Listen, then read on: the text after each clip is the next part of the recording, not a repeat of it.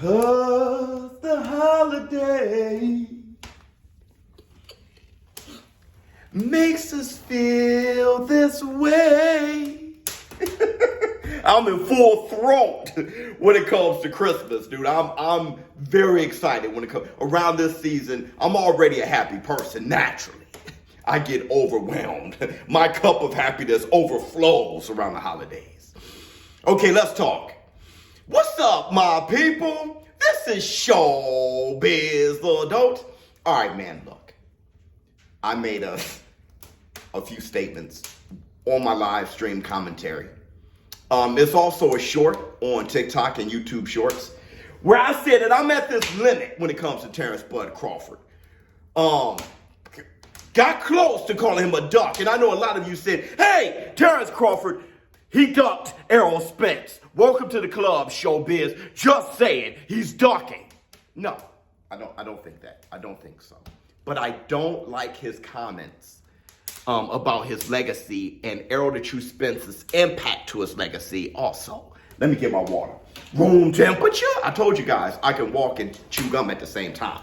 The fight falling apart, I don't blame on Terence Crawford. I understand when he talked about needing a guarantee, then saying, forget it. I'll go without the guarantee. Just let me have transparency on the expenses so I can know what I'm paying for, so I can write things off for my taxes. You want to talk about getting money on the back end? Well, that's definitely the way to do it. Knowing what I paid for so I can write that off. Okay, all those things. That's just being a smart enough businessman. I don't think Errol the True Spence is ducking Terence Crawford. I don't think he's afraid of Terence Crawford. I don't think Terence Crawford is afraid of Errol Spence. I don't think these fighters are ducking each other. But I do think those in the black suits, the business people, they get in the way of what the fans want. And let's talk about what the fans want. We want Errol the True Spence and Terence Crawford to get in the ring. We want to see them fight each other, and this is what I don't like about Terence Crawford's statements. He doubled down on ESPN as well, speaking to Max Kellerman a couple days ago. Terence Crawford saying that his legacy, he doesn't need Errol the True Spence. Cap. Let me tell you, your legacy is not defined by you. Never has been, never will be. Your legacy is defined by your fans, by boxing fans, people like me, boxing analysts, those who are watching this video. It is us who define your legacy. There is no real such thing as the greatest fighter in the world. No such thing. But the boxing fan comes up with these rules that tangible or intangible categories that we put together to say if you're the greatest fighter ever and where you rank, are you the greatest of your era, all these things. Let me tell you.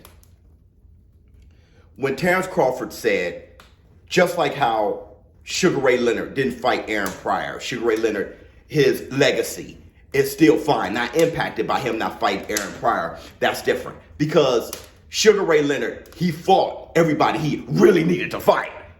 Marvelous Marvin Hagler, Roberto Duran, Tommy Hearns, Wilfred Benitez. Many of these guys he fought multiple times. We're fine with him not fighting Aaron Pryor. Let me tell you. Let me give you another example. Triple G, his accomplishments and everything. First ballot Hall of Famer, just like Terence Crawford is. First ballot Hall of Famer. Okay. With that said, though, Triple G, he underachieved. His legacy did. Fault of his own or no? There were fights we wanted to see that we did not get. Fights with him and Canelo Alvarez, he never officially won one. Like it or not, Terence Crawford needs Errol the True Spence. Errol the True Spence needs Terence Crawford. Terence Crawford is a first ballot Hall of Famer. But his legacy without fighting Errol the True Spence, we will, us as fans, we will look at his legacy. Top 5 welterweight of all time? No. Top 10 pound for pound greatest fighters of all time? No. Top 25? No. A lot of it will be he didn't fight Errol the True Spence. His fault or not. I'm not trying to argue if it's Terence Bud Crawford's fault. I'm not trying to argue if he really wants to fight or not.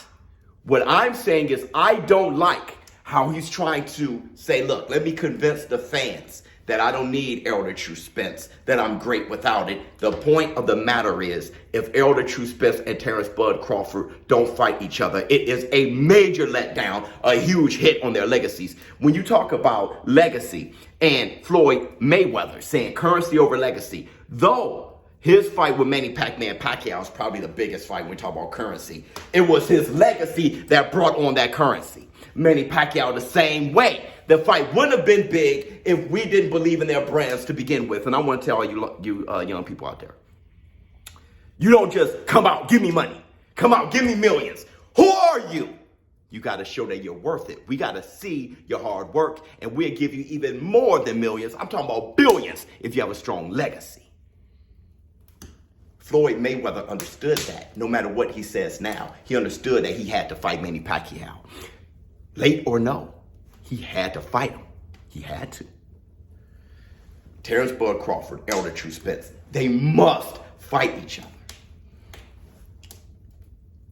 And it almost feels that Terence Bud Crawford may need Errol Spence more than Errol Spence needs Terence Crawford. Because if you look at, now listen to what I'm saying first. Terence Crawford, undisputed, something that Errol Spence hasn't done yet. Multiple weight classes, something that Errol Spence has never done. Okay, but Errol Spence got the fighters. If you look at who Errol Spence fought and when he fought them, if you are trying to argue that Terence Bud Crawford got the type of fighters on his resume, the type of fighters, I'm talking about real resistance in the ring that Errol the True Spence have, you're just trying to fool yourself. Okay, and that's the truth of the matter. I spoke to somebody, one of you in my comments, when I brought up Eastside Cruz and Gervonta Tank Davis, and I said Gervonta Tank Davis' resume has aged very well. Someone said no one knew Eastside Cruz when he fought him. I said, I'm not talking about popularity. I'm talking about difficulty in the ring against that man. Errol the True Spence going over to the UK fighting Kell Brook when he did is more difficult than when Terence Bud Crawford did it. It is what it is. Though I like that Terence Bud Crawford beat him. I really like that. I thought that was a big victory. I did, but not over Errol Spence when he did it. Even Sean Porter, 1 foot out the door. Sean Porter, fantastic fighter. And the way Terence Crawford beat him, it almost felt one-sided, though it was a close fight. You still felt that Terence Bud Crawford was in control. That's how great Terence Bud Crawford is. But with that said, when Errol the True Spence beat him, it was better. Unifying titles and stuff like that. Danny Swift Garcia, right? These are the type of fighters. And I'm talking about when Errol Spence fought Danny Swift Garcia, he fought Garcia after coming back from flipping over in a Ferrari 5 times. All right? That was his first fight back. When he fought and was the bone collector. All right? Jeepers Creepers against Ugas, taking his eye. That was after Ugas beat Manny Pacquiao. He was a legend killer at that point. So Errol Spence, resistance in the ring, has been better than Terence Bud Crawford. That's why Terence Bud Crawford has actually said, I've never had a close fight. Is that a good thing or a bad thing? What you can say about Floyd Mayweather, he had a few. Mike Donna, Castillo, he had some close fights, man. Cotto, he had some close fights. Oscar De La Hoya, split decision, he had some close fights. All right? Is it a good thing or a bad thing that you haven't had close fights? I'm going to end this argument with this. Let me get my room temperature. I'm going to end this argument with this. I don't think Terence Crawford is ducking. I just don't like what he said. I want to send this message to Terence Bud Crawford. No matter what you say, it leaves a bad taste in the fans' mouths when you try to argue that this fight can be avoided in any way. Like it or not, Errol the True Spence is a guy you must have on your resume. Win, lose, or draw. We got to see you in the ring with him. And we're not going to be convinced otherwise, and we're not going to like it if you try to convince us or yourself, Terence Crawford. What you have to concede to is the idea that you got to, by all means, repeat time after time after time again that you want Errol the True Spence. That you don't want anybody. You want Errol Spence. Errol Spence is doing it. Errol Spence have repeated time and time again. I want Terence Crawford, and that's it. So if the fight doesn't happen, don't try to convince us that you don't need it. We will look at it ourselves and be convinced that it's the people in the black suits to blame because those two warriors wanted to fight each other and they spoke about nothing else. ShowBizz, well, don't. I do like that you're trying to fight him. You say that you're trying to fight him, and I believe you. The other conversation, though, trying to convince us that there is very little impact to your legacy if you don't fight them, that's cap. And what I used to call, back in our day, bullshit. I'm out!